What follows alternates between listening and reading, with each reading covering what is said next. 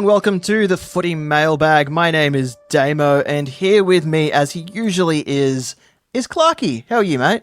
Yeah, I'm doing good. I've been stretching and getting warmed up because I have a feeling that Brad Scott's going to call me this week.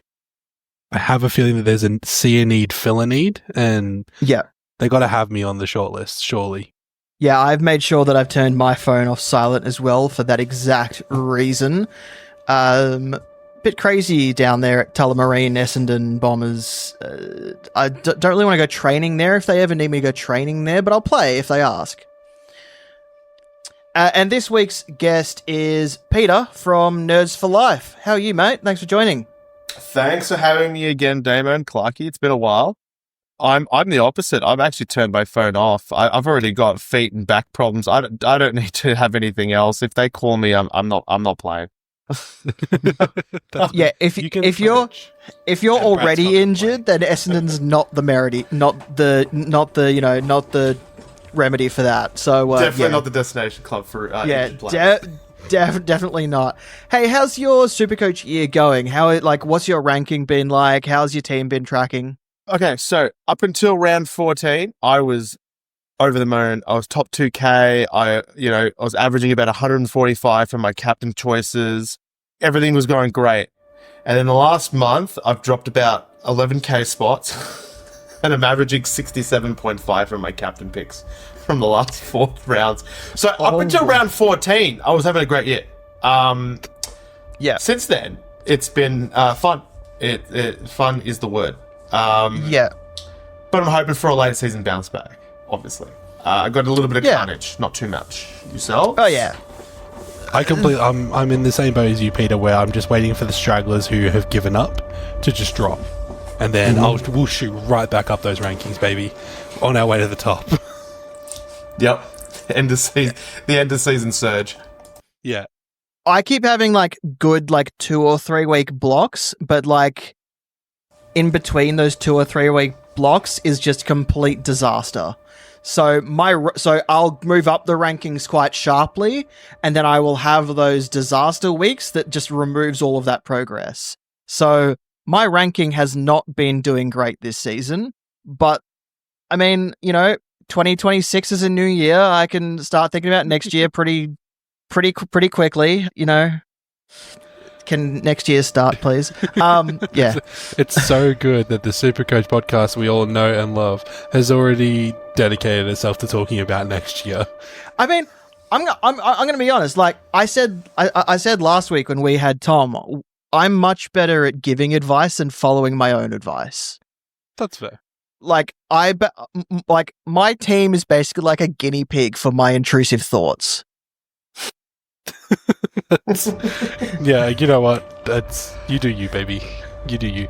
It's the year of fun. I think I've had more fun playing Supercoach this year in a really weird roundabout sense. I know how you guys have felt about the flex position. I think everybody was a bit iffy on at the start of the year, and then we've also still 40 trades is still pretty raw, I think, for a lot of people in terms of how the game is played. But I think generally I've had a pretty fun time despite the things that have sort of led me to not be as highly ranked as I would like. Pete, have you found that? I've loved flex. I actually think it's great. It saved me a couple of times. It definitely has.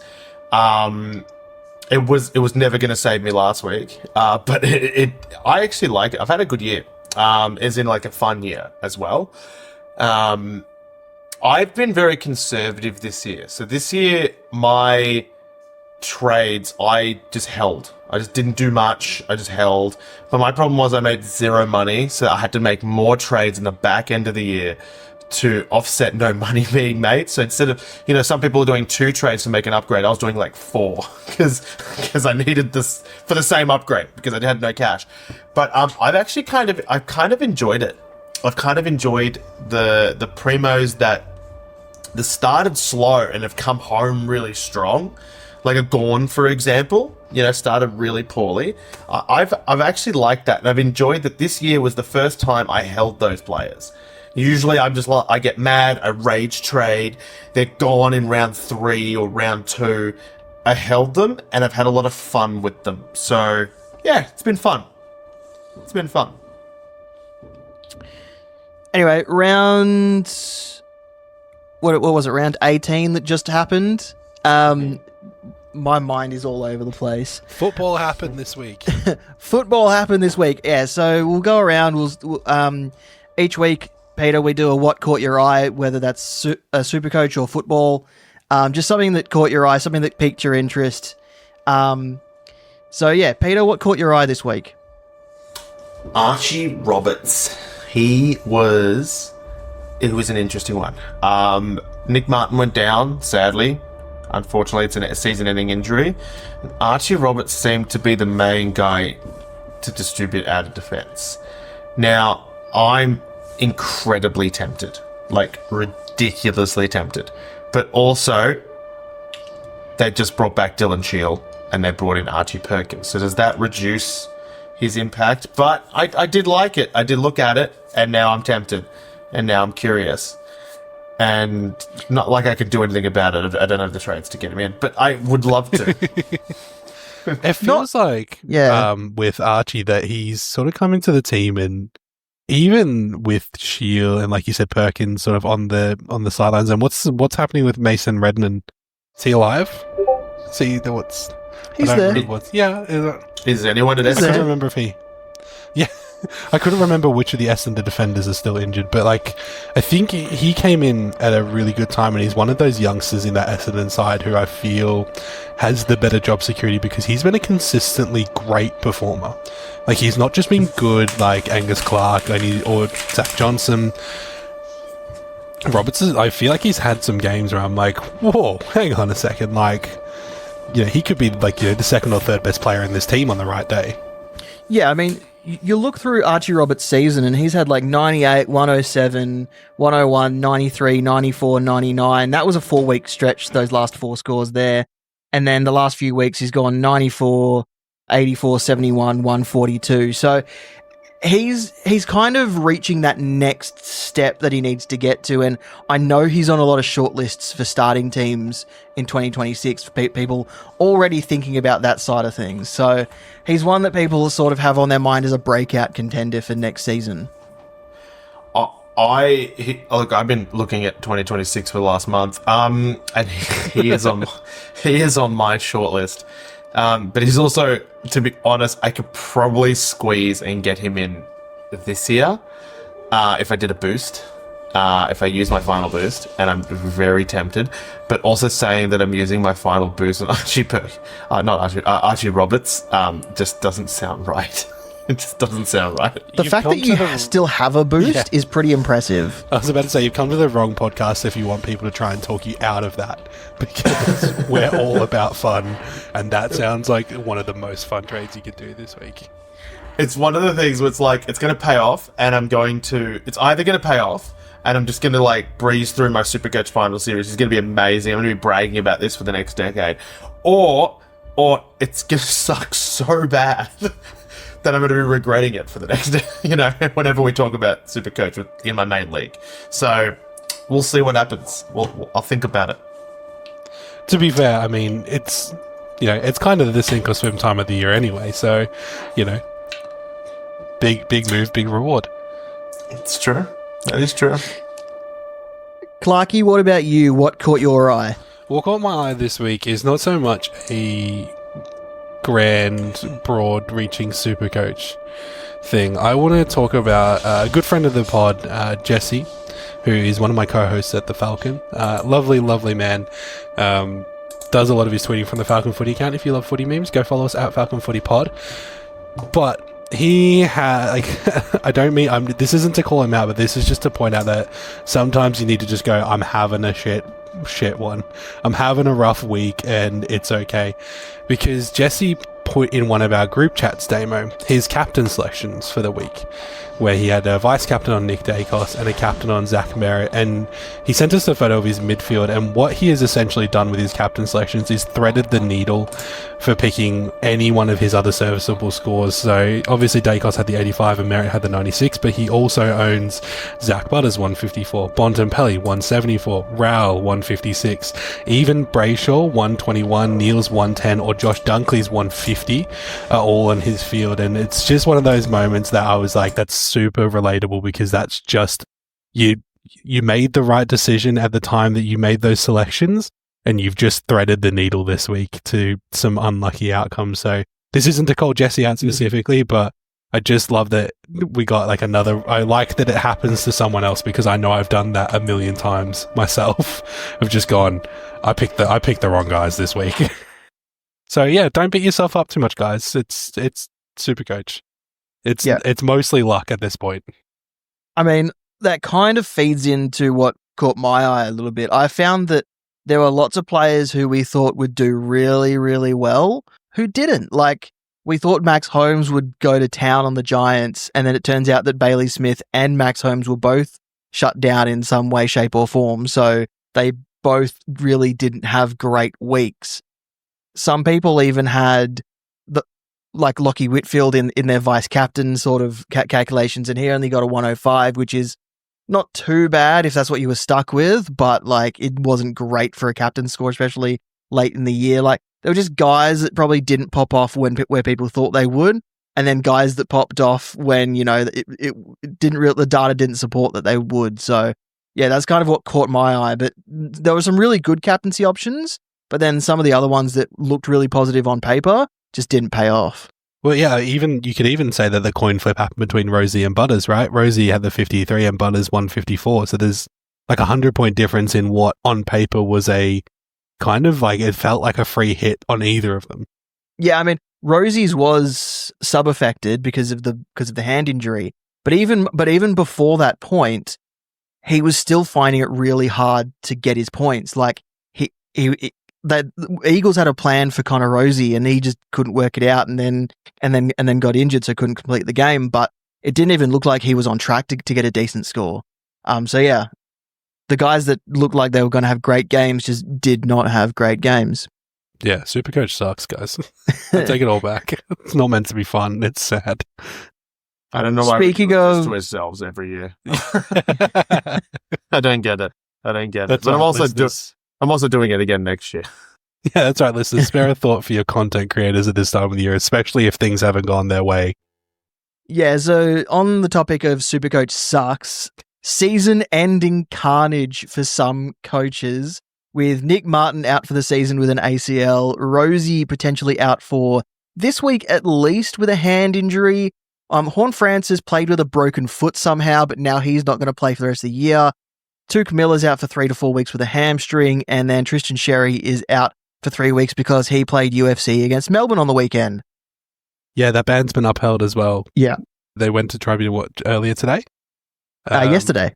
Yeah, which was very funny because I only just caught up on it today, so that's probably why I thought it happened. But very funny of him going, it was originally I was going for the ball, and then all of a sudden when he was giving his evidence, he was like, I was trying to hit Tom Sparrow in the chest. I'm like, well, that immediately seals it for me because you were trying to hit the player, which means therefore it is just straight reckless. Like, you didn't mean to do it, but you were trying to make contact with the guy.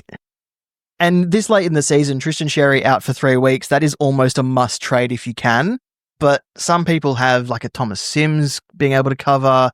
Some people have Luke Jackson in the forward line where they can change things around, swap things around, and then use someone else who are some rookies that people have? Angus Clark on the field using some DPP swings if they can. But yeah, like, it's almost a must trade if you can, but it's not going to be the end of the world if you have to hold, thanks to the flex position where you can have 22 guys in each week and still get an okay score.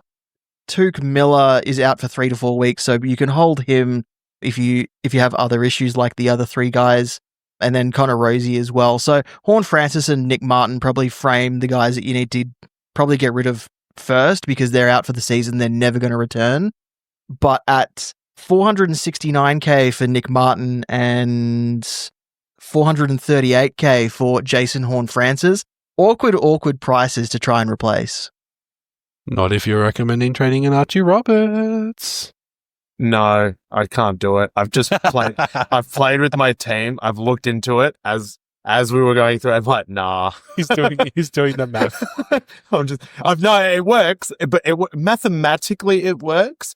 But I just can't do it. Emotionally, it doesn't pass. Emotionally, I mean, yeah. If we I probably want to ask you, Peter, what do you think about the trading of Sherry versus the trading of Took Miller as well? Because they're both having comparable times off for owners.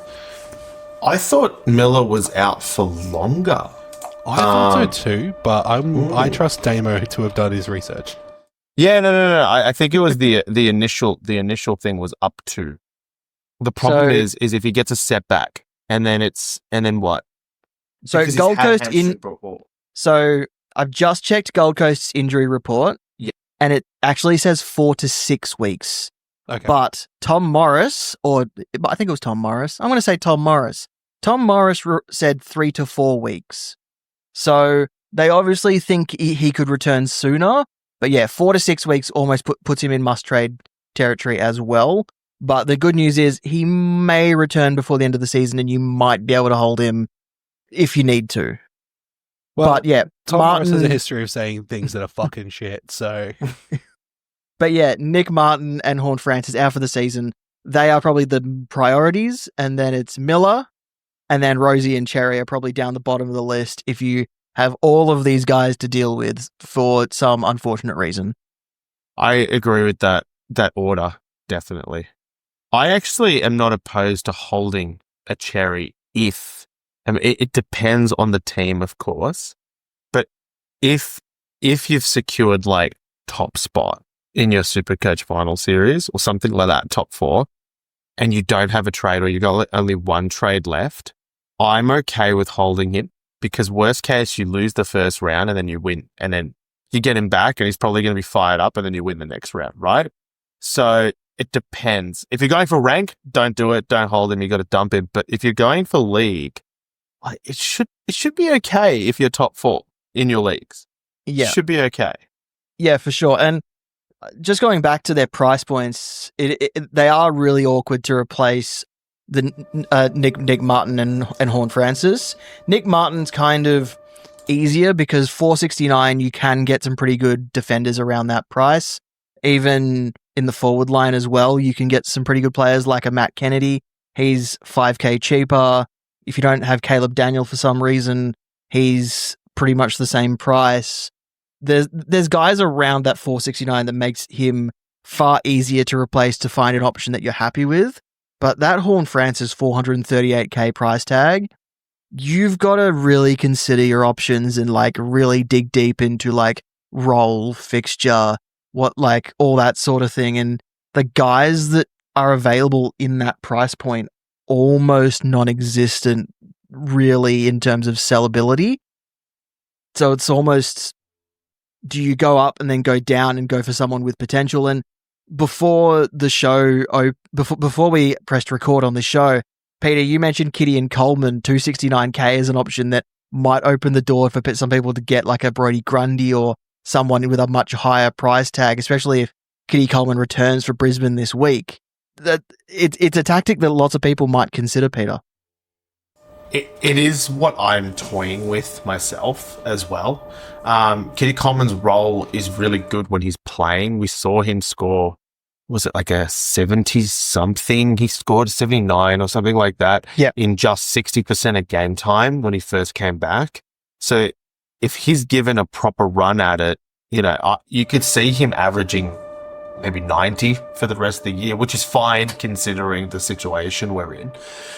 If it does allow you to jump onto a Grundy or something. But there are other options. I know that it sounds gross, but have you taken a look at a few players? Okay, he's laughing before he even says the name, which you know it's bad.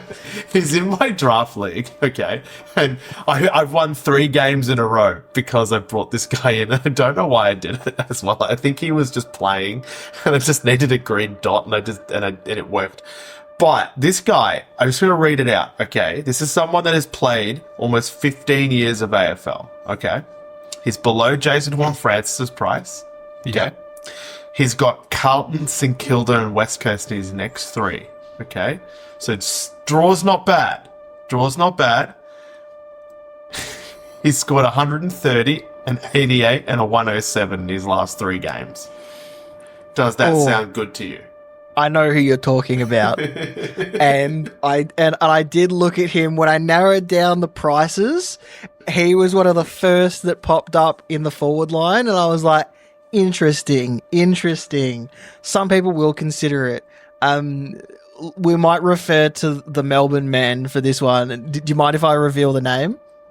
Please do. You're gonna have to reveal it for the listeners. All right. So, Clarky, do you reckon Jake Melksham can keep up this form? Absolutely. He's a back, baby.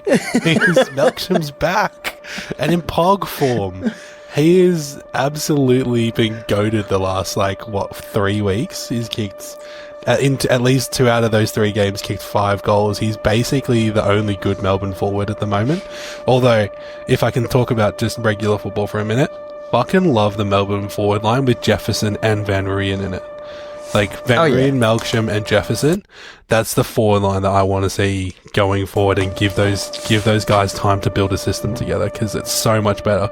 Harrison Petty, enjoy your time back in defence when we send Stephen May out to the farm.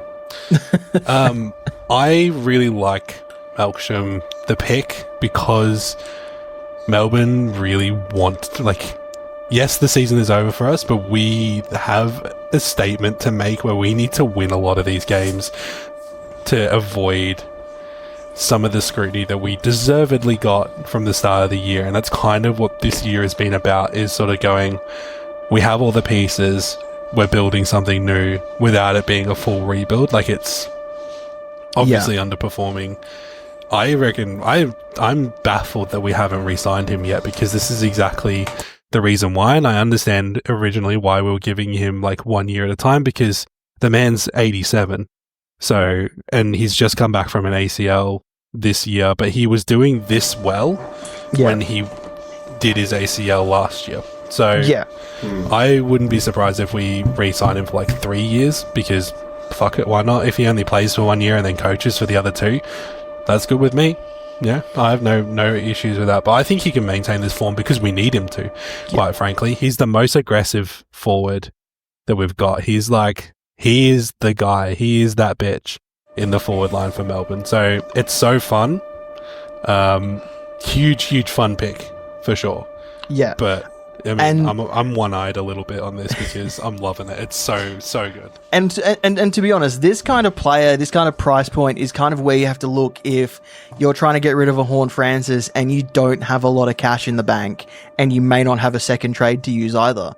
So, this is the sort of player you kind of have to look at, and there's other guys around that you can sort of flirt with a little bit,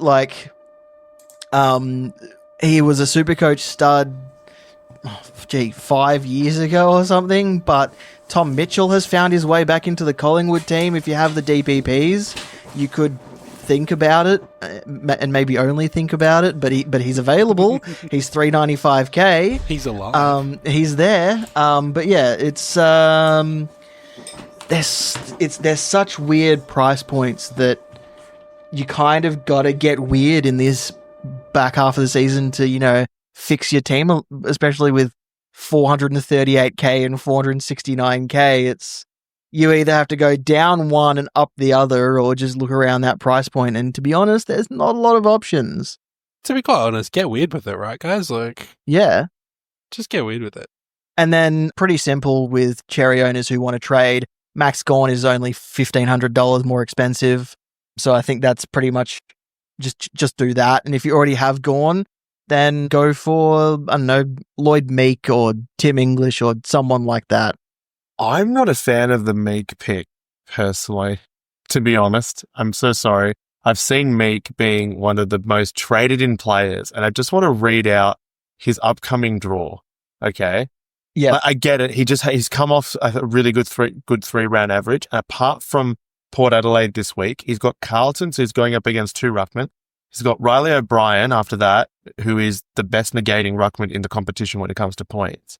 And then you've got Darcy Cameron, who's fine, but then Max Gawn and then McInerney, right? Or maybe Darcy Ford. I don't see his end of season being very good, personally. I see him just pumping out a bunch of 90s, maybe flat tons. I can see both. Yeah, I think Gorn. I think Gorn is probably the best option because he's most similar in price. But out of the other guys that are kind of sitting behind them, Darcy Cameron, well, they've threatened that he's going to get rested Collingwood. They've said they're going to go with a squad mentality for the rest of the year, so there's going to be lots of restings, They've threatened. They have threatened. Hey, as an owner, it is a threat. Fair. And so, like, I think Tim English, even Jared Witts was really, really good against Darcy Cameron on Friday night. Like, he is another option, but in saying that, the Suns also like to rest Jared Witts every now and then. Like, none of these ruckmen are free of potential restings. So Tim English is one that really sticks out to me. His form over the last 10, 12 weeks has been pretty good, and at 578k, just another 5 or 6k above Tristan Cherry's price. If you are one of the people who want to trade Tristan Cherry, he is probably one of the top candidates that you can go for. Could I put one more name in that bucket? One more name. Please do. Okay, so he's a little bit more expensive than Cherry. Okay, which sounds weird, but he is 25k more expensive. So hypothetically, if you've got 25k, or right, I think this guy's draw is just a little bit better for ruckman. Right now, next week he's got Max Gorn. Not the best matchup. Don't expect a really good game. However, after that, so this is your Supercoach final series. He's got North Melbourne without Tristan Cherry. Okay. He's got Nankervis, good ruckman, but concedes huge points. And then he's got the dinosaur himself in Todd Goldstein. And then, I mean, Kieran Briggs, we don't know which Kieran Briggs you're going to get. That's Rowan Marshall. He has a really good ruck home, like a good ruck home. And his last 4 games have been 124, 159, 135, 100. And that 100 was against Brodie Grundy. I don't know. And the 159 was against a dual ruck, against Freo. He's playing well. He's playing really well. I really like the Rowan Marshall pick as well for those that have some money in the bank. I've got him. I bought him at 440k or something, and I've had him since. But I'd be jumping on him. If I had to do this trade and I didn't have him, I'd be jumping on him. Yeah. There's the ruck line is probably the easiest to replace with where Cherry's price point is. It's the other guys that people might find difficult. Tuke Miller, similar options to Martin and Horn Francis.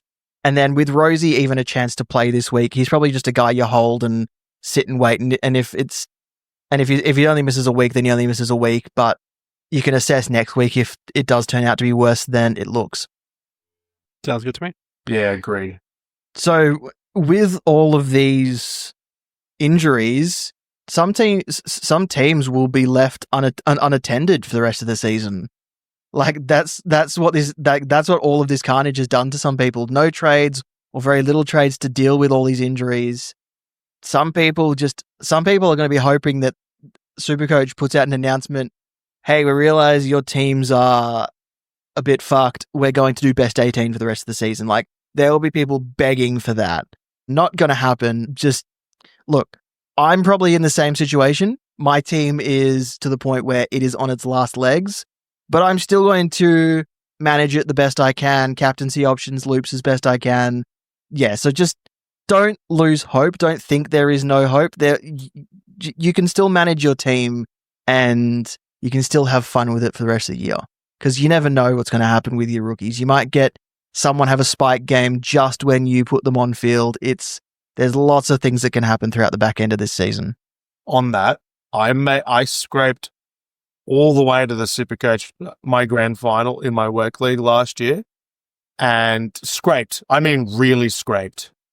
and I made it. And Isaac Heaney, the F1 all year, was a laid out, and I got Hutchinson's 102 on field. And my opponent didn't have anyone as a replacement for Heaney. He also had Heaney.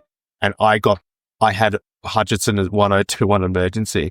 And I won that game by like 10 points. So sometimes those, like you said, Damo, those rookies just pop off.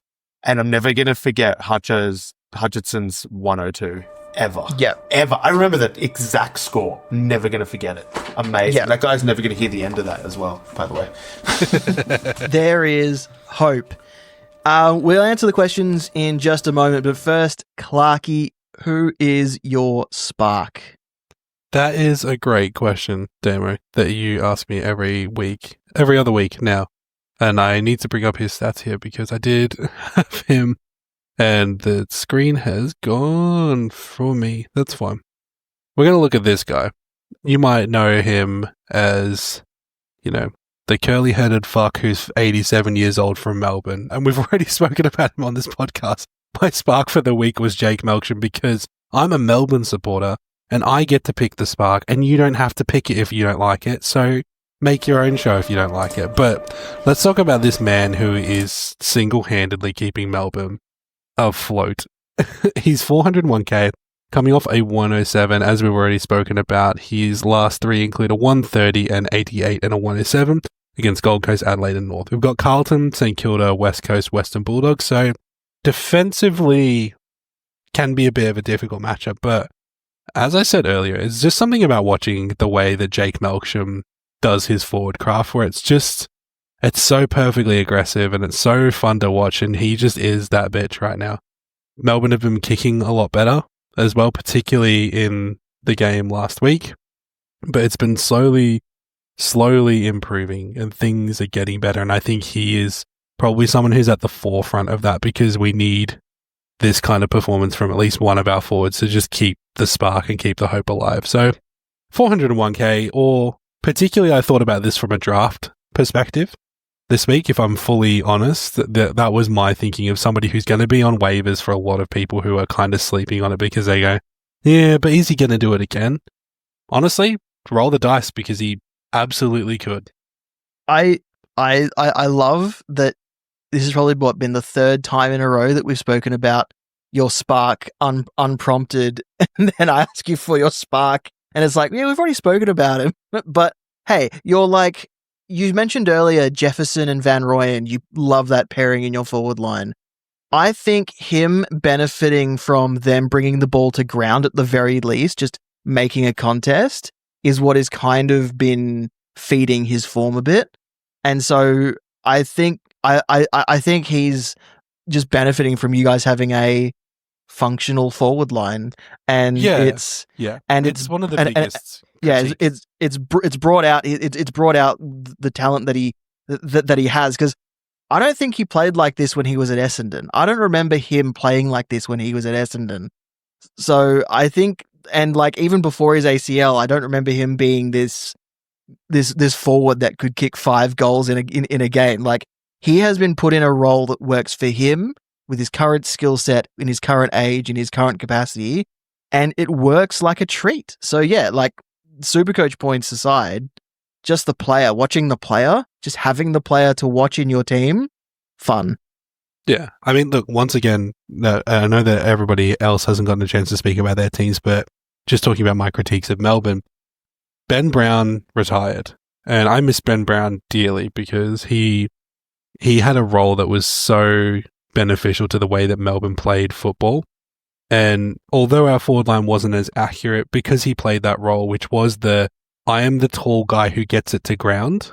Like, I lead towards the ball, and if I'm not going to mark it, I get it to one of the guys. We've just signed Cozzy Pickett for the rest of his life. We've got Jake Melksham, who I think deserves an extension. We've got guys like Fritsch, who are actually pretty good below their knees. Kate Chandler as well among them.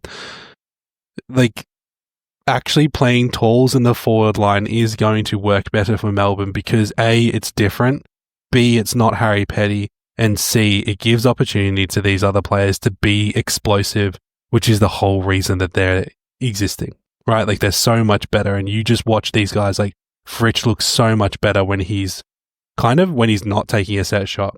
Melksham looks so much better when he's able to isolate himself and get like a one-on-one that's really physical. Jefferson can actually take a lead-up mark in Van Rooyen without having all of the pressure of being Melbourne's single guiding hope as a future forward. Like, he looks so much more comfortable. So have fun with it. If you want a non-Melbourne option, though, I have been making the eyes at Jake Saligo all week. Oh yeah, he had a really good run at the beginning of the season too. Yeah, he's had like a patch. So he started off pretty hot. He had a patch in the middle there from about rounds 5 to 9 where it was kind of meh. If you had him, you probably wouldn't have traded him. But if you didn't have him, you were like, I'm glad I didn't trade him. But the last couple of weeks, 77 against Hawthorn, 77 against Richmond, and then 102 against Melbourne, 112 against the Bulldogs, has 4 out of his next 6 games at Adelaide Oval. They're playing the Suns, Port, Hawthorn, and then West Coast at Optus, Collingwood at Adelaide Oval, and then North at Marvel. So I think it's a pretty favourable run as well, and he's just another player who might just have that little bit of an edge.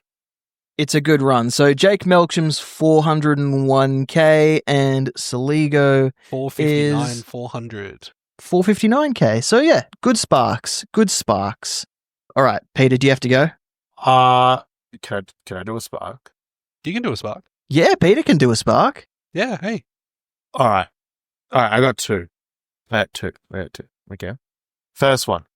It's going to go to Zach Guthrie. There's something about him that I really like, and I don't know what it is.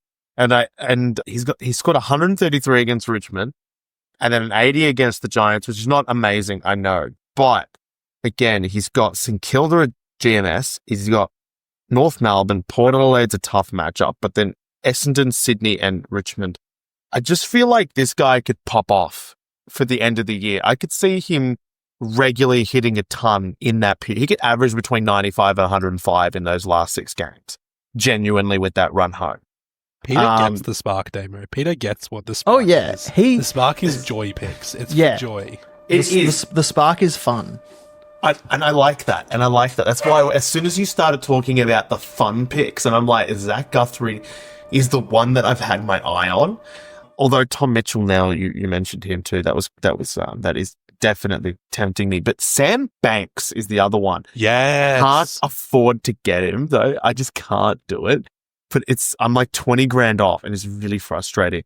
But Sam Banks has been threatening to be good for about 3 years now. He's been threatening to like just come into this team and have a really positive role. So I'm glad that you're saying his name. Since he's been in that role, so that since then he's gone 97, 88, 92, 95, 84, right? So he's just kind of trickling those 90s.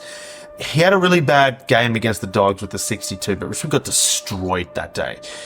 After that, 129 finally tons up, 96, 102. Looks really good. And that 102 came in a game where Jaden Short was back and taking bulk kick-in. So he showed that he can still score well. He's now got West Coast, Collingwood, who don't clamp down on halfbacks, the Giants, who don't clamp down on anybody, St Kilda, who let the halfbacks do whatever they want. He's got in North Melbourne, who don't know how to do anything. And then, I mean, the Cats is a tough matchup, but are they really going to be tagging Sam Banks? So no. So I can see him finishing the year strong. And if he does, he's definitely a watch for next year. Sam Banks is super huge draft watch as well. He's definitely someone that people aren't really thinking of. And I think if this continues, he's just like a solid, deep cut guy that you can just have him on your bench and play matchup specific. Or if this role continues, he's like a play every week kind of draft guy as well. Oh, yeah, for sure. 100%. So Zach Guthrie, 412k, great pick. Sam Banks, 471k, great pick. Solid 90s at least from Sam Banks, you would think, for the rest of the season. So great picks. I think we all had a spark. I said Tom Mitchell before we even went into the sparks, but I'm going to say that he was my spark. So we all had sparks this week. Unrelated, but has Tom Mitchell always been bald? Because I was surprised to see him and I was like, where's the rest of him? He's had a receding hairline for about 20 years. I forgot what he looked like. It's been that long since he played football. I was picturing a completely different guy. I was like, that's not fucking Tom Mitchell. What are you talking about? Brownlow medalist, Tom Mitchell. No, he hasn't always been bald, but I think he got to a point where he just couldn't hold on to it any longer. Cool, thanks. I was just surprised. It just took me back. Nothing against it. I not would expect it. I get it. I haven't recognized him in a while either. I was like, is that still side bottom? No. It's Tom Mitchell. I'm now playing with my team to see if I can get Tom Mitchell in my team. Because I think I can afford him. Oh my God, I can afford him in Grundy. The listeners don't Do know, it! but there's at least like 40% of this podcast is us just messing with our teams off camera. Yeah. Oh yeah. It's like it's the best part about the meta. Don't tell them our secrets, No, Clarky. we're the most authentic Supercoach podcast because we are here tinkering with our teams live to see whether the things that we're saying make sense or not. Like, does this work? Yeah. I can get, okay, hear me out. I just want to get your thoughts. All right, hear me out. Cherry, Horn Francis, and Roaston out, right? Using my last boost.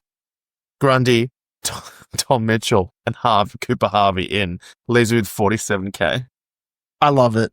I love it. I love it. You're on the wrong podcast to find barriers. I'm actually We're liking holding the door open and you're just walking in. I'm loving this. I'm dumping this in a group chat and I'm going to get roasted. I can't wait. Cowards is what I call those people. The naysayers. To be honest, it actually, like, Tom Mitchell's role actually looks okay. And Grundy looks good on the run home. So, Especially if Collingwood plan on continuing to put Pendlebury as the sub. oh, that's true. I did forget that.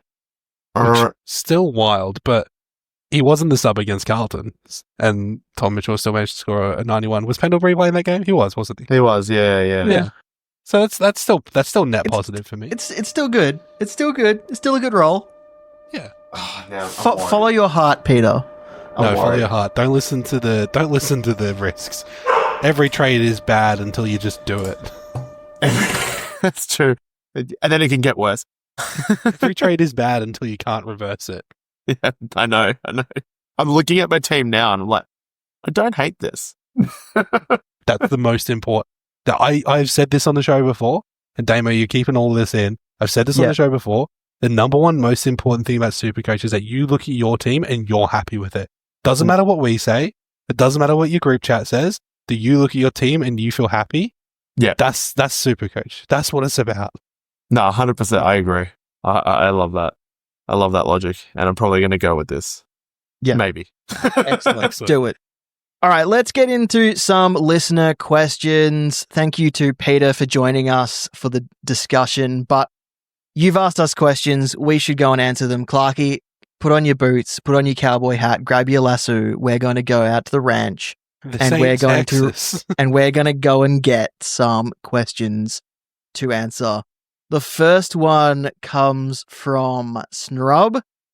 He wants to know, who's the genius that traded in Thilthorpe this week? I like the way Snrub thinks because it was me 2 weeks ago. He says he's still battling in the top 1% with 3 trades left, and he's just here to make sure that there are questions to keep the show going. Hey, Snrub's got it down. If you guys send questions, we got to be here to answer them. Yeah, we have to post an episode to answer them. So yeah. So Clarky, I like the idea of people posting into brag. Yeah, maybe we have like a mini brag section. Listeners, send to us your brags, and we'll collate a couple of the best ones that come through, and we'll do a little humble brag section. So you traded in Thilthorpe, and I think you got the 46 first up. I did, yeah. But then he followed up with 143 or whatever it was. So you basically got 200 points in 2 weeks, which is great from a guy of his price. Yeah, super good, because the week I traded him in, and then I was like, oh yeah, cool, Stephen May decided to play well this week. That fuck. What a dog. And then, yeah, the 6 goals against the Bulldogs in what was a pretty decent game. I'm really pretty decent game, yeah. Not a lot of defense from the Western Bulldogs. Yeah, 149 feels good. Feels good, Snarb, doesn't it? Next question comes from Prime Tim of the Nebulous Tims. The name just keeps getting longer. No, I'm glad that they're giving themselves titles because it shows that they have some kind of political system that there is some yearning for some individuality as well. Yeah, they're organized. Yeah, it's good. Also scary, but good. Hey guys, going for league. I have 22 primos on field and McCarthy in flex. I have 6 trades left and 34k in the bank. With Cherry out for 3, is he a must trade? I have Cameron as my R2, so do I just do a straight swap for Gorn? Well, I am also toying with upgrading Mills, who is underwhelming. I could move McCarthy to D6, but is there anyone else Is there anyone worth targeting around that price point? Was considering JHF2 until the news of his foot fracture. Who is responsible for lifting the curse of Ron? Will Peter help? Tom Zahario or Lekdog? We do actually probably need to bring in some more experts. We didn't talk about the curse. We should probably talk about the curse quickly, and then we'll answer your question. I have considered like involving a priest, like inviting a priest onto the show, or going to Melbourne, grabbing Clarky, and us driving to a church just to go and get a priest to do like some sort of ceremony. Because the curse we thought was gone is still here. Look, here's the thing. We need to know whether this is supernatural or religious. So priest may not exactly help us, Damo. So what I think we need to do is, and listeners, feel free to send us money to do this. We'll start a GoFundMe. Crystals. Hear me out. Football crystals. We need at least 18, one to represent every team. And then we assign them in order and discover where the curse of Ron is originating from and dispel the spirit. Why don't we just get a shaman instead of like crystals? I'm just thinking about cost. Damn it, we're going to be cost effective because we have to pay them by the hour. Oh, true. Yes, it is technically a job. It is. It is technically a job. Anyway, Prime Tim, to answer your question, yeah, we pretty much spoke about this earlier, but it really depends on the state of your team and what else you have to do. But with 6 trades left, trading Cherry to Gorn just makes the absolute most sense. And Mills, how much is Mills? He is 100. Hey, look, he is right next to Zach Guthrie's price. So I think you should honor Peter's spark and go for Zach Guthrie. Honor Peter's wishes because he is no longer with us. On the show, he's fine. To be honest, I don't mind Callum Mills. I think you should hold Callum Mills. Yeah, I don't think there's anyone really that you're going to get. So, not including his extra cash, which I think was the 34k. So you're going to have roughly about 420k to play with, which kind of means you can only sideways. So unless you're really desperate and you want to say take a pounce on Kitty Coleman if he becomes available, but I mean, we spoke about it a little bit where he could average 90 or he could re-injure and they wrap him up in cotton wool. Yeah. There's just not a lot of joy around 420 for Mills, so I think you can probably hold. Yeah, so 34k actually makes it around 450, which gives you a lot more options. But yeah, I think you can hold Mills for a little while longer. I still think they're trying to work out how he best fits, and they've got quite a few games in the SCG / northeastern suburb states. What am I saying? Northeast of Australia. What are you saying? They don't come back to Melbourne until the end of the year. So it's conditions that suits the way that Callum Mills likes to play. Yep. 3 options though if you desperately want names. Archie Roberts is 425k. Essendon are very injured, with just also Sardis is injured now. Nate Caddy is out this week. We know that there are some people on the horizon, but he's had a pretty solid role. Dan Rioli is 410, and I think he has been playing better in the past few weeks. He's kind of built a little bit more into the Hot Suns. Hot Suns are playing hot right now, Damo. Did you watch the Collingwood game? That was probably one of the best games of football I've seen for a very long time. It was something for that's for sure. It was definitely something. Apart from that, I mean, Jasper Fletcher is always kind of just doing it. Like, he's probably good for around 90 average. Yep. But yeah, those are probably the names that I'd throw out off the top of my head and with limited research. Yeah, I mean, we did speak about it a bit before, so he probably has his answer by now, you would think. Yeah, exactly. We already gave it to him. Yeah, of course. Next question comes from Tristan. He is suffering from the Cherry suspension like most people, I suspect, and just the 2 trades left. If he goes for a straight swap, he has 680k, so Grundy is out of reach unless he uses both trades. I don't think you need to use both trades, Tristan. Is it worth using both trades to get Grundy, or better to go for a straight swap to Meek, Cameron, or Marshall? Hey, Peter put through a pretty good argument for going for Rowan Marshall, and I actually do really like it. You could go for a Tim English as well. Those are probably the two guys that you can look at. I don't think you need to reach for Grundy. I think you can hold that second trade. Yeah, I'm in weirdly a very similar position just without the cash. So I don't know.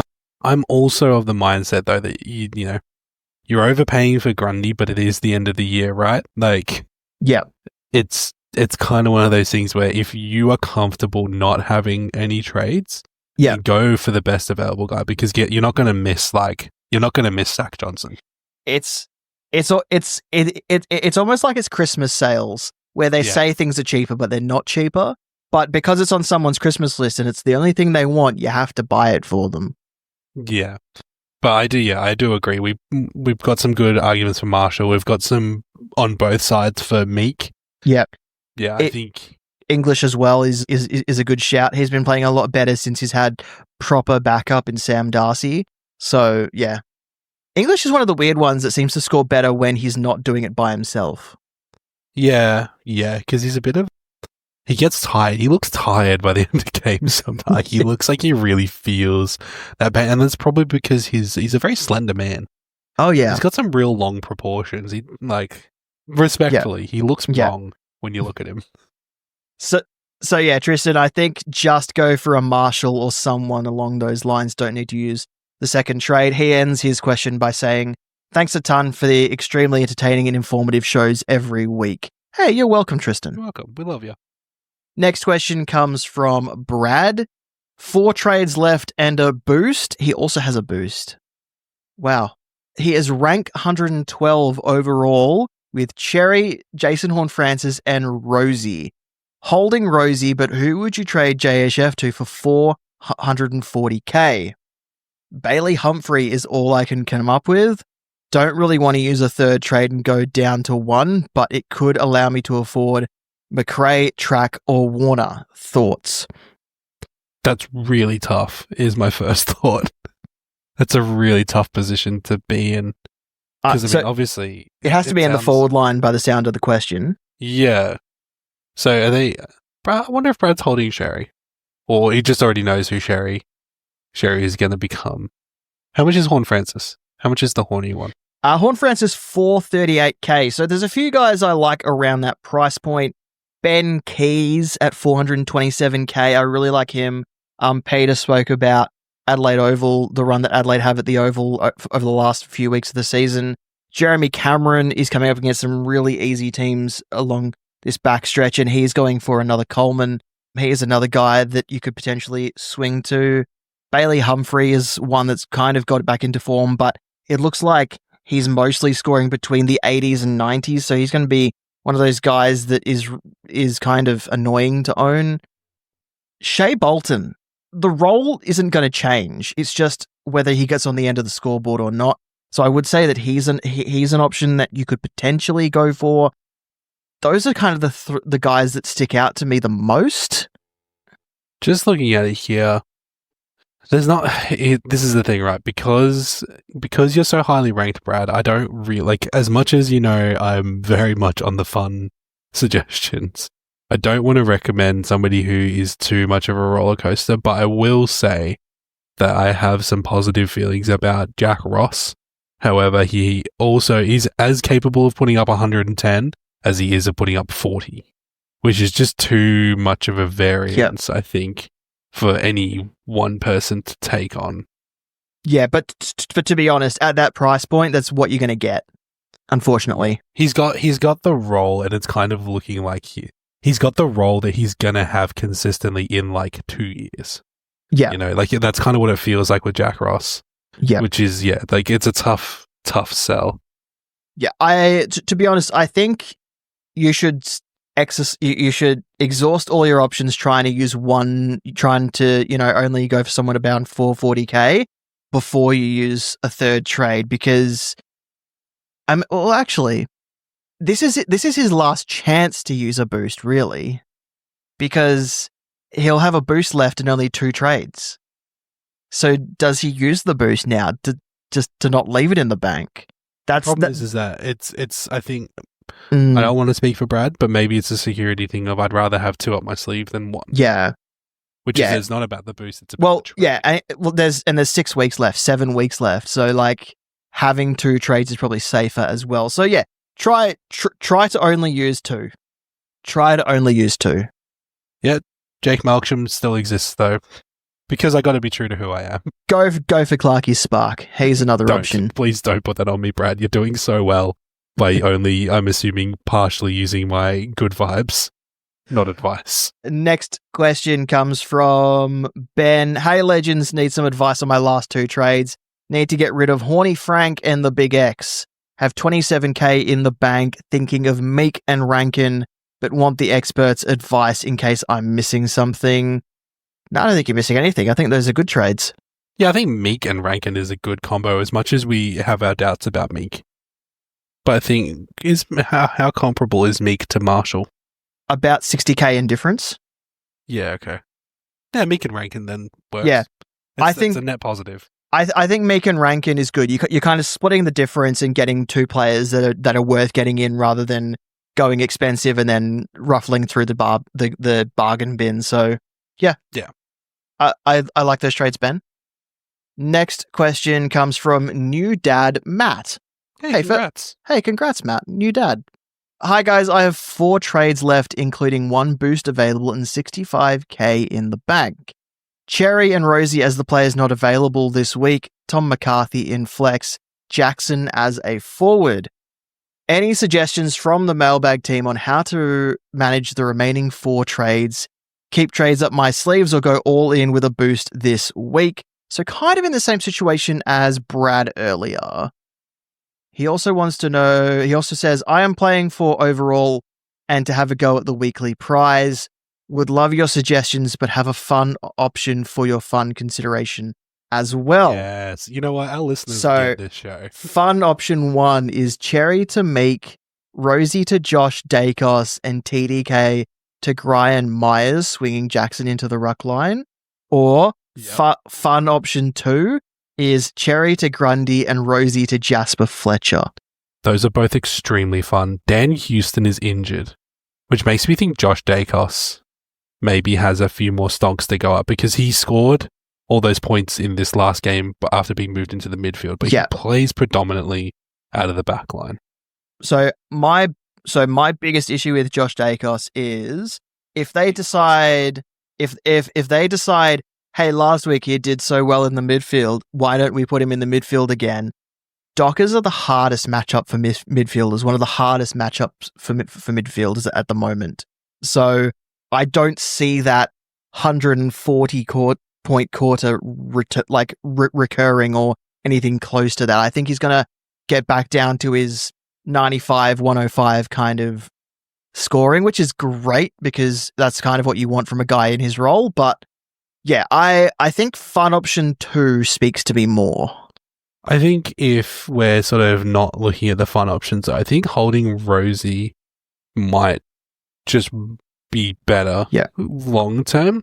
I think if you're able to trade Sherry and get in, because you've got Jackson as a forward, so even if you're able to utilize some position swaps and go, right, Sherry's done, and then get Jackson to your ruck line and somehow utilize even your flex, if not your flex position, at least one of the lines to bring in another player, like Sherry could easily become like a Rankin with the right amount of movement and the right sort of positioning. So it's, as much as I would love to say, yes, Grundy and Jasper Fletcher is probably a net positive, but it's, like it is, but it's Jasper Fletcher as well. He spends a lot of time on the wing. Is that, so I think. And if Gideon Coleman does come back this week, he might lose a bit of his role. Yeah, which is concerning. So I think option 1 for generally how I would manage 4 trades would be to only trade Sherry. Because if you can cover Rosie with your bench for 1 week, yes, it probably might put you out of contention with the weekly prize, but also I think a lot of people are probably going to hold Rosie because it is a bit more of a conservative time of the year. I mean, Rosie's still not ruled out of this week. Yeah, exactly. But with his hand, I think it's definitely, You know, we remember what Clayton Oliver was like playing with a sore hand and shoulder. Yeah, a while back. So all too well. All too well. Yeah. So yeah, I think I like Fun Option 2 better. Yeah. As much as I love Brian Myers and Josh Dacos and Meek, actually, I have a lot of stocks in Meek because I own him in a keeper league.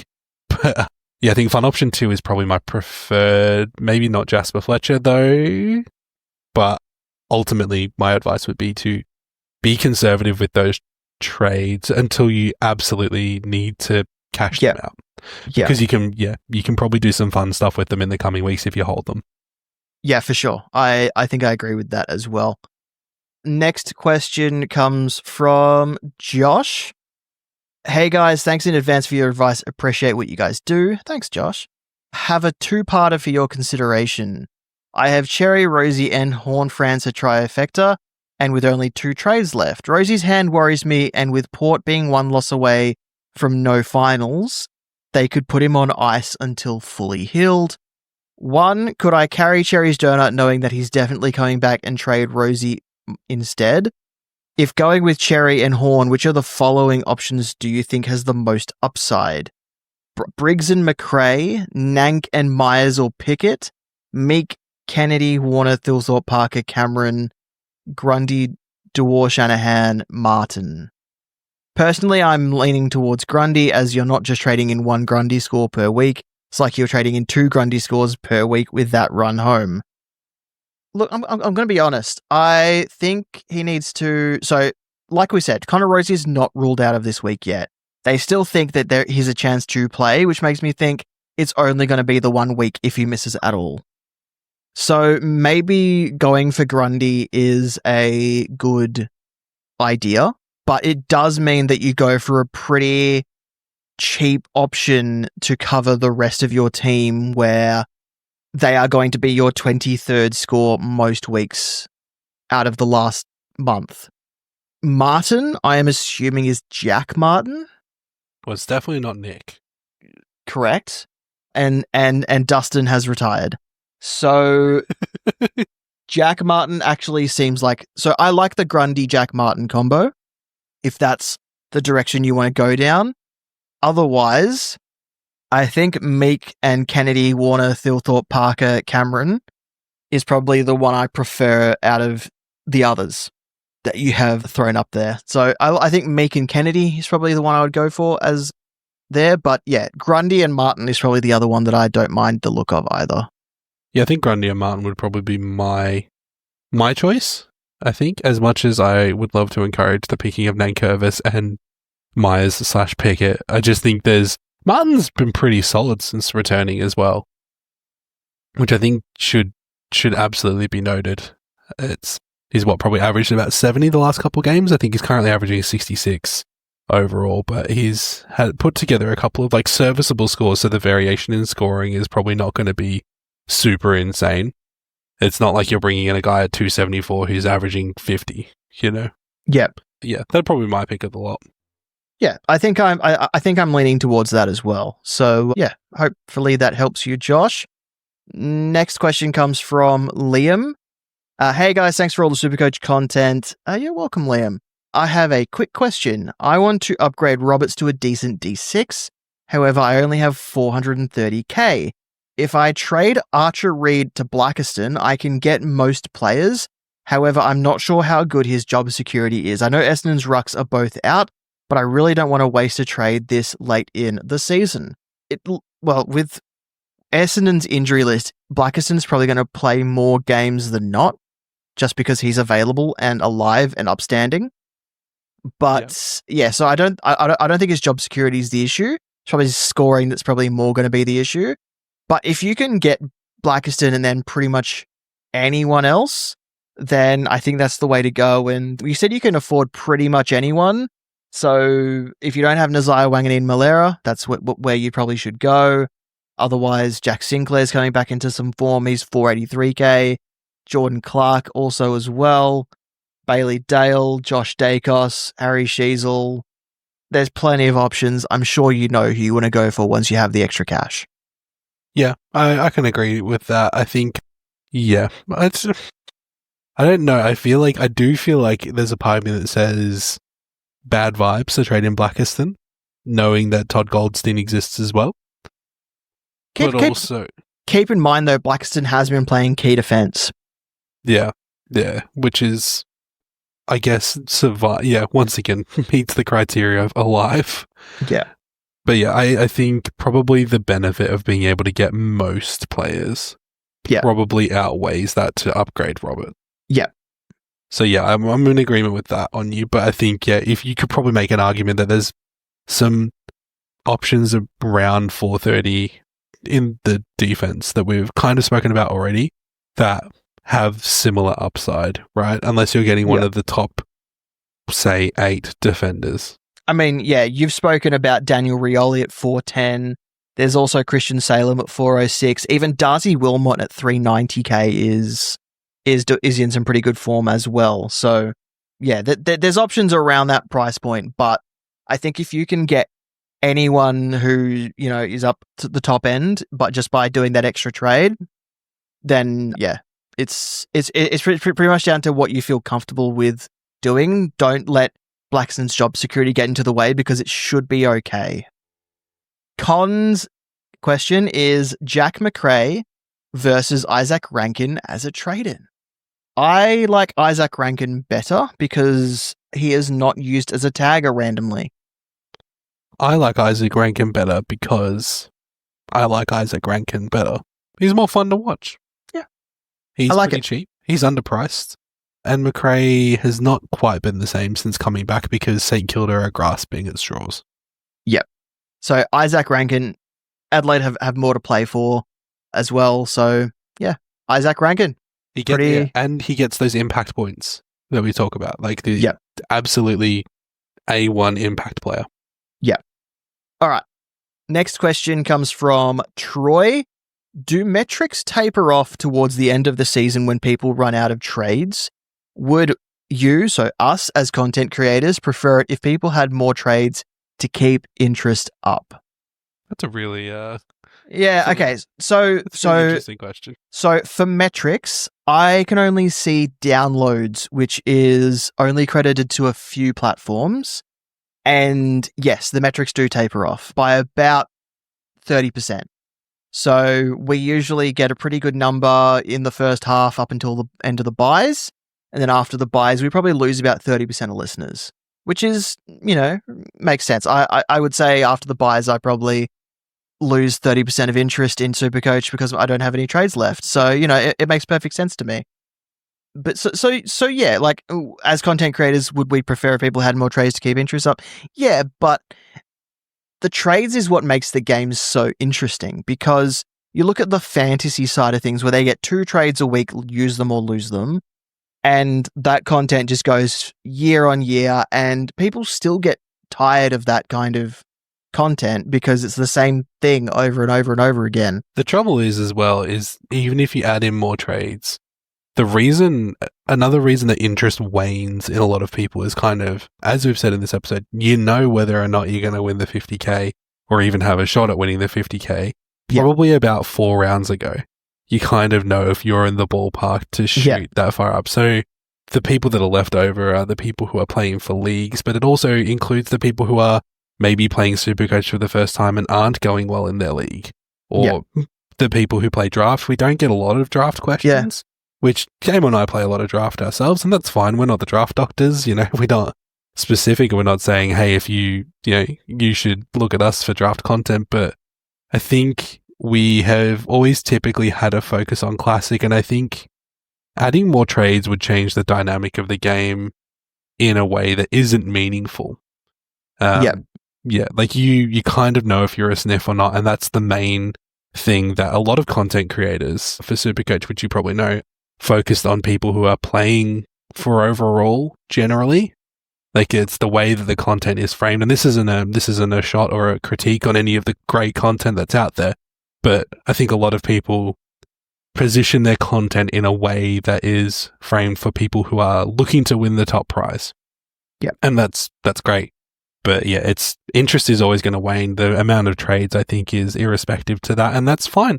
That's why we try to be different in our own way, and that's why we're more of a, not variety, but we're a bit more, we try to just be very casual about the way that we talk about it and give the best advice that we can. And, you know, we do as much research as we can, but we're not numbers guys in the same way that, you know, say Janath from Third Man Up is. You know, we're not the same kind of, there's lots of great minds about it. So we hope that you stay here because you like us and because we give good advice, but, you know, we're kind of, it's more of a personality thing for us. So we hope that you like us first and foremost, to be perfectly transparent about it. That's the kind of content that we want to make, is stuff that makes you guys feel welcome and included in conversations. Well said. Hopefully that answers your question, Troy. Now, this next question. So last week, we called out Benji for sending a voice memo in late. Someone. Nameless. Yeah. The podcast called out Benji. Yes. Anyway, he then informed us it wasn't time sensitive. He just wanted to know the answer. So we wanted to include it. It's a voice memo, but Clarky, it's not a football question. And now, this is something that doesn't happen very often. We when this show first started, we said you could ask us any question, just because we wanted to just get questions through the door. And so we love that he's kind of asked us a question away from football, but also he brings it back to football because of something you said a little while ago, Clarky. So let me play it. Hey, it's Benji here. I've messaged in quite a few times, but I don't know. You guys always harp on about the voice note messages, so thought I'd give it a go. I'd probably use this question like later on, like, you know, around 20 something around then, because it's not a footy related question at all.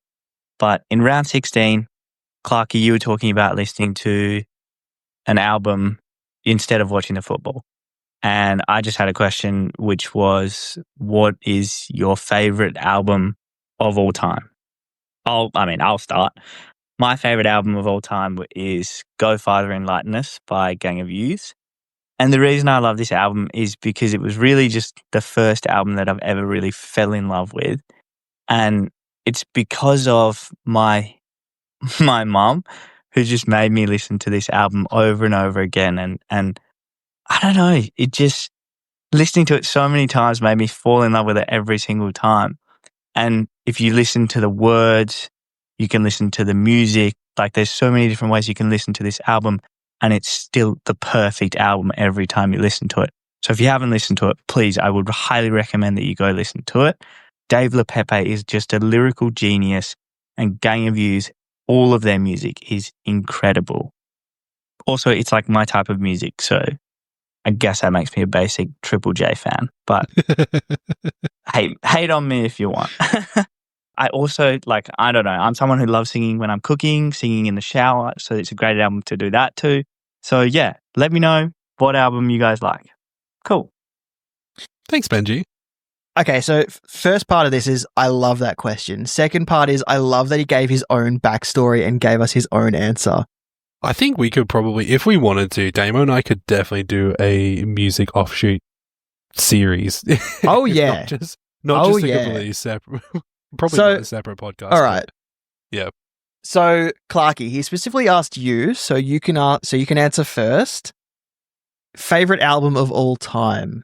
This is hard because I'm one of those really annoying people who's like, I don't have a favorite album because I have lots of different albums that have meaning in the same way that Benji has, because that Go Farther Enlighten Us is a really great album. Like, that album's like a 9 out of 10, like 4.5 stars. Like, album it is for me. So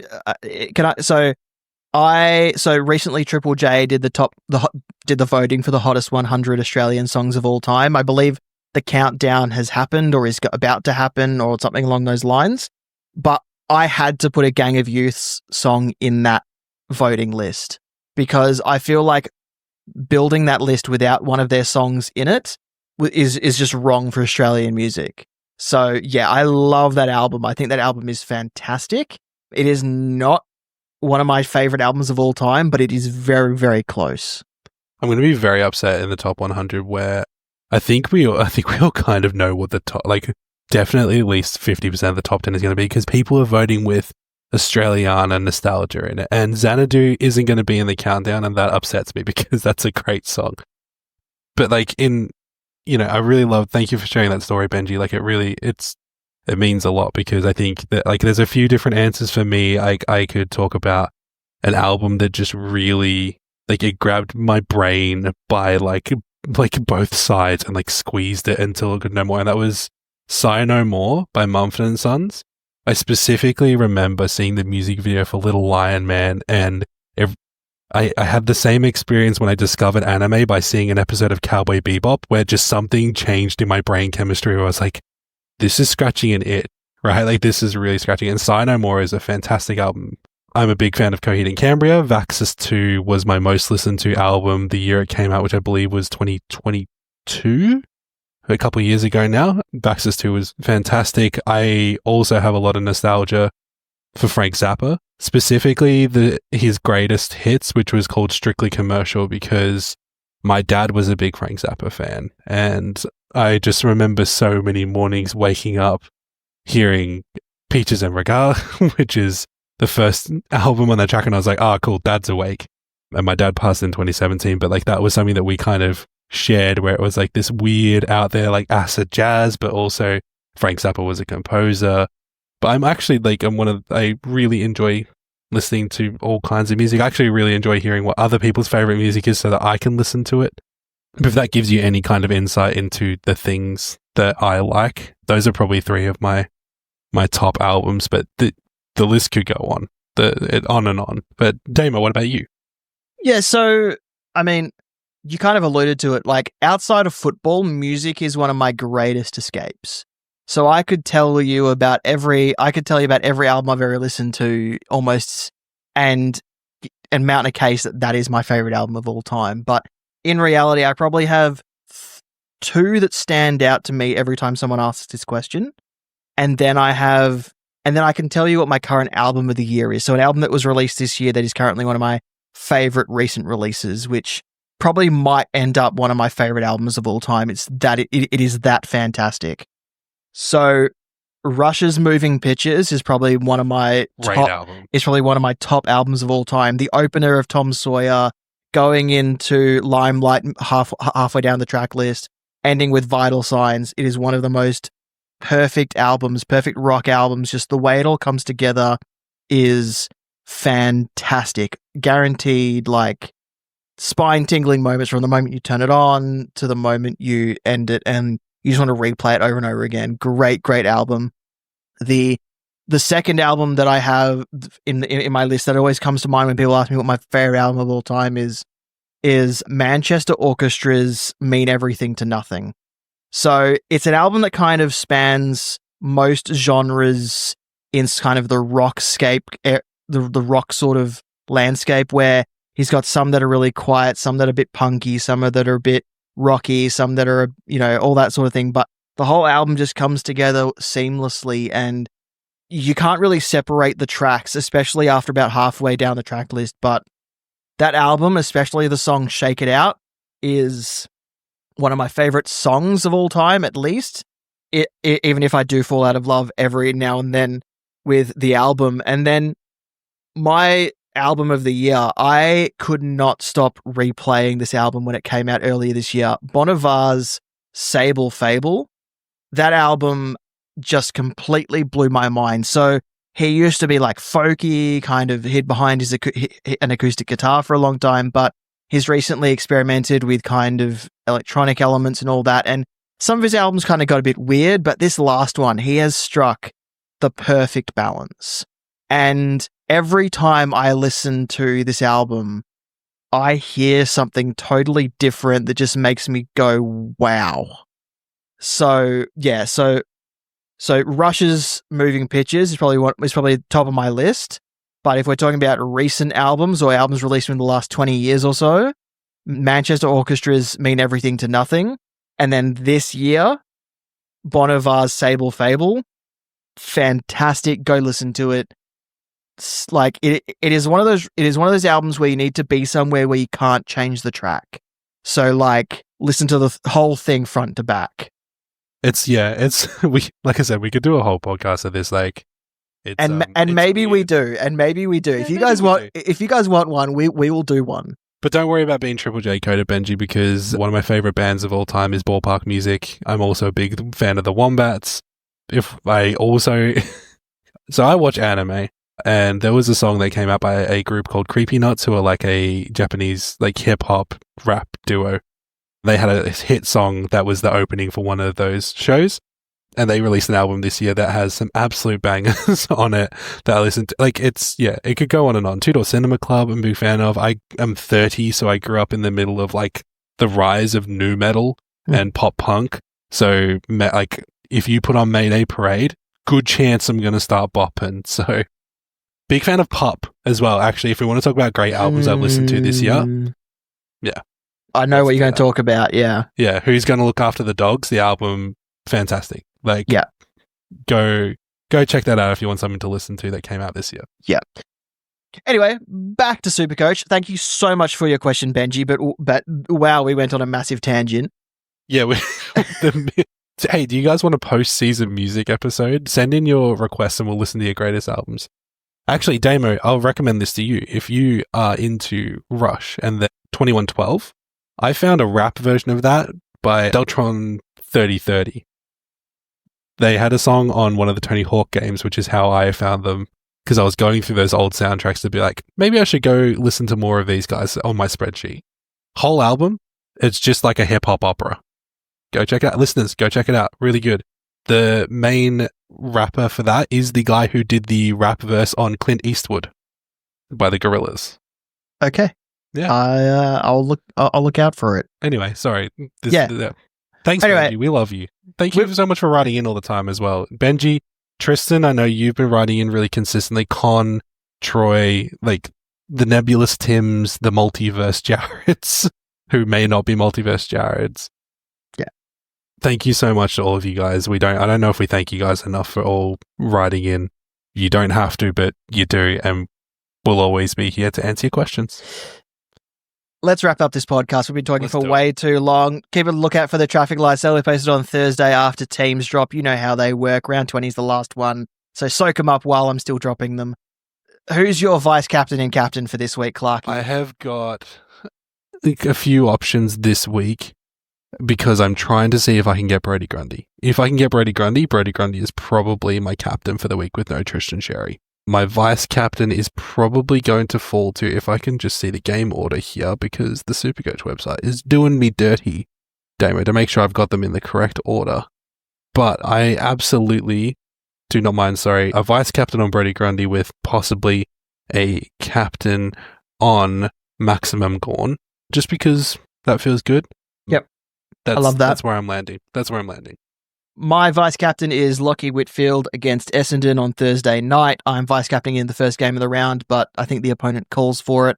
And then my captain is Bontempelli. I kind of want my captains wrapped up before too long, because watching it pan out last week, it hurt me way too much. Yeah, for sure. And that's it for this episode of the Footy Mailbag. Thanks to Peter from Nerds for Life for coming on for the discussion earlier in this episode. Go and check out him. He's at Nerds for Life SC on all of his social medias. He does TikToks, he does YouTube, he's on Insight Fantasy Sports every now and then. Go and see him. He's great. He is fantastic. He was also on the Supercoach podcast, the official Supercoach podcast, not that long ago. So you can go and see what he looks like as well. Yeah, absolutely. Go support Pete. He gave us the time even when he had a heart out. If you haven't given us a rating on your listening platform of choice, please do so. It helps new listeners find us. You can find us at the Footy Mailbag on pretty much every social media there is. We've also got a website, thefootymailbag.net, with all the links to our podcast feed, merch, written content, traffic lights, and all of our socials. I'm Damo SC on Twitter, @ to that for Instagram. Clarky, how do people find you? At QuantumJC or at Falcon Footy Pod, where this week we had a chat with Coach Donnie Hess of the Des Moines Roosters, the US AFL team. So go check that out, and go check out Donnie. It's really cool to see Americans getting involved in AFL. Thanks for listening. We'll talk next time. Love you.